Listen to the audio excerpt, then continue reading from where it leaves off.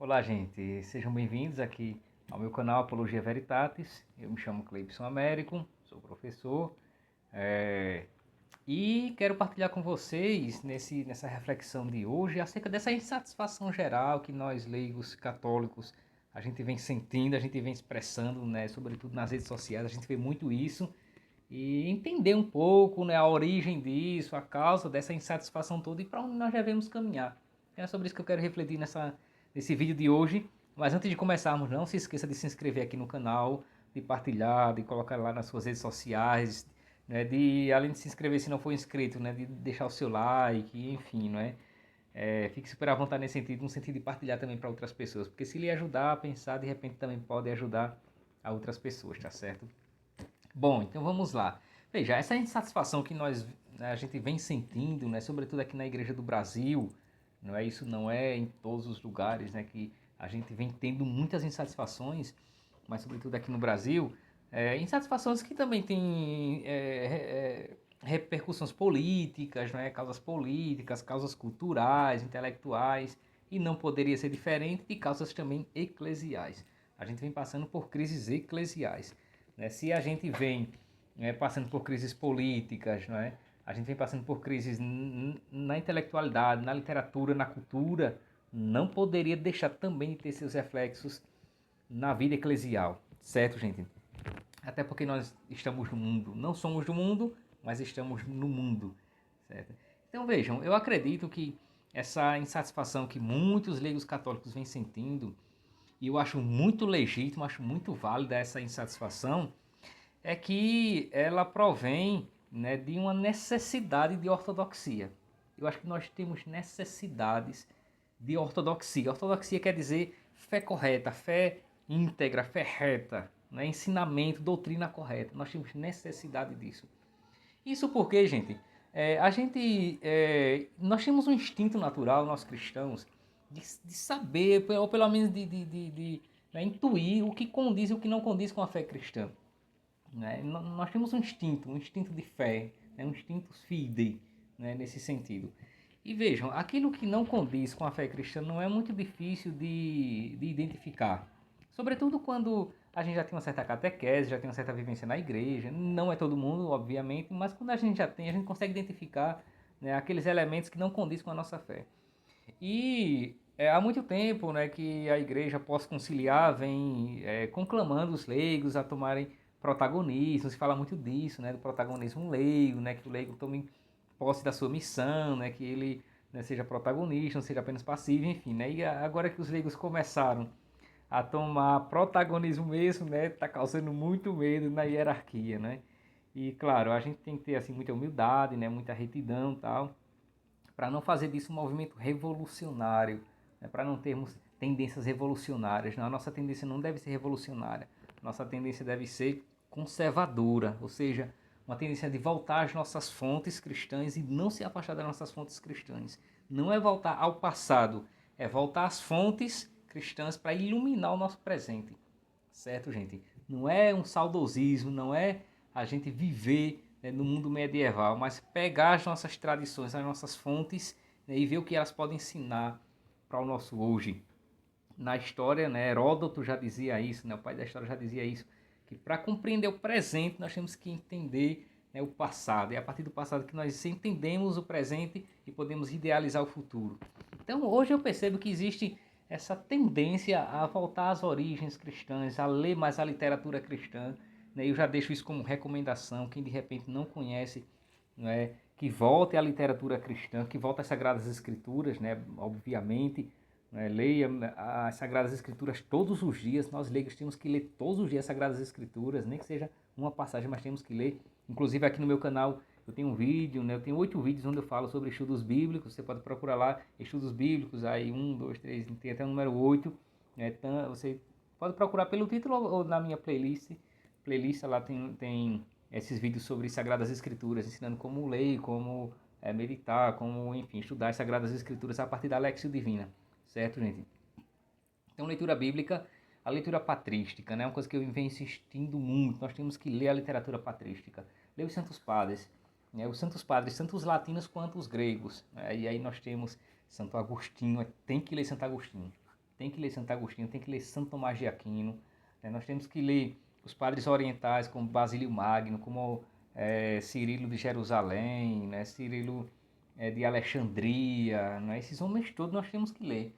Existe uma publicação muito boa da editora Paulinas, né? Uma publicação da década de 70, você encontra ele, né, na estante virtual, por exemplo, que é uma antologia dos Santos Padres, que é um compêndio, né, das cartas dos escritos principais dos Santos Padres, aí Santo Inácio de Antioquia, né, esses que eu já citei, São Basílio, enfim, né, São Policarpo, né, Santo Hipólito, Santo Irineu, enfim, uma diversidade imensa de Santos Padres, né, dos pais da Igreja. E nós temos que ter conhecimento das fontes, gente. Temos que conhecer as fontes cristãs, até para que, não é, a nossa argumentação ela seja baseada. Então, Sagradas Escrituras, literatura patrística, história da igreja. Nós temos que conhecer a história da igreja. Até porque mentem muito a respeito da história da igreja. Futuramente eu vou lançar aqui no meu canal alguns vídeos sobre a história da igreja, né, para iluminar, tirar algumas dúvidas e tal. Mas nós temos que conhecer a história da igreja. Existem muitos artigos, não é, sobre a história da igreja, muitos livros, tal. Temos que procurar essas fontes para conhecermos bem a história da igreja. Conhecer a liturgia, temos que estudar a Sagrada Liturgia, certo? Os documentos, né, sobre a liturgia, o Sacrosanto Concilium, os documentos de João Paulo II e de Bento sobre a Sagrada Liturgia. Nós temos que estar conhecendo essas coisas todas, conhecendo a missa parte por parte, enfim. Temos que conhecer, além da liturgia, né, pelo menos um pouco da língua latina. Nós temos que conhecer um pouquinho da língua latina, porque é a nossa língua mãe, né, a língua mãe litúrgica da igreja é a língua latina, até para saber as orações em latim é importantíssimo, né, nós conservarmos a língua latina que, né, o concílio manda a gente conservar. O concílio não aboliu a língua latina, certo, gente? Entre outras coisas todas que nós precisamos ir conhecendo da teologia, porque quanto mais nós conhecemos, mais nós amamos, certo? A Sagrada, né, a Sagrada Tradição, a Sagrada Liturgia, a Igreja como um todo, mais nós amamos à medida que nós conhecemos, né? E mais nós temos embasamento para questionar, para identificar quando uma coisa está ou não distante da identidade cristã, da essência cristã, certo? Então esse movimento, gente, que nós estamos vendo, né, no laicato do Brasil, é um movimento de volta às origens. Eu percebo muito isso, né? Muitos leigos insatisfeitos porque nós estamos, enquanto igreja, né, enquanto todo, nos afastando da identidade cristã. E nós não podemos nos afastar da nossa identidade, sobretudo para agradar o mundo, não é? Sobretudo por causa de um politicamente correto, né? Porque quando a gente, né, em nome de um politicamente correto, a gente começa a ser agradável ao mundo e aos outros grupos religiosos, coisa assim e tal, a gente acaba tendo que abrir mão da nossa identidade. E aí isso já não é diálogo, né? Dom Henrique, né, lembrava muito isso, que o diálogo só é possível, né, se nós tivermos identidade. Nós sabermos em que nós cremos e em quem nós cremos. E definir isso com muita firmeza e apresentar isso com muita clareza. Então, é necessaríssimo a gente saber qual é a nossa identidade.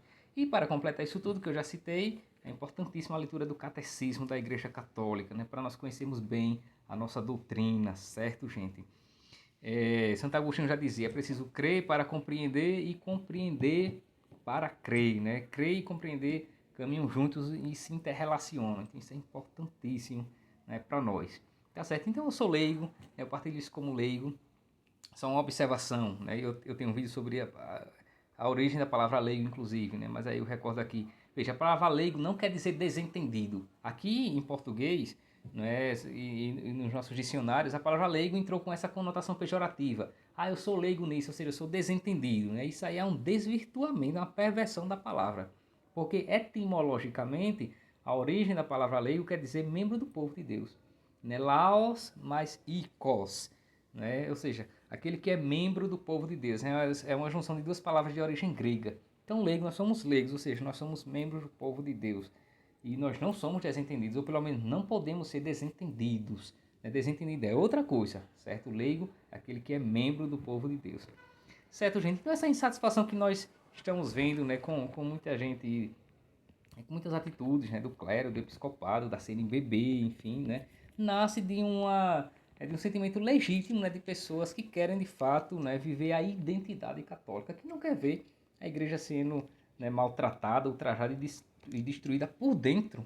Quando é por fora a gente sempre espera, não é? Mas quando é por dentro não, a gente não quer que isso aconteça, porque a igreja é nossa mãe católica, foi a igreja que nos deu a luz da fé, né? Então a gente não quer de jeito nenhum que a Santa Mãe Igreja ela seja ultrajada, né? Porque ela é santa. A igreja não é santa e pecadora, a igreja é somente santa, pecadores somos nós.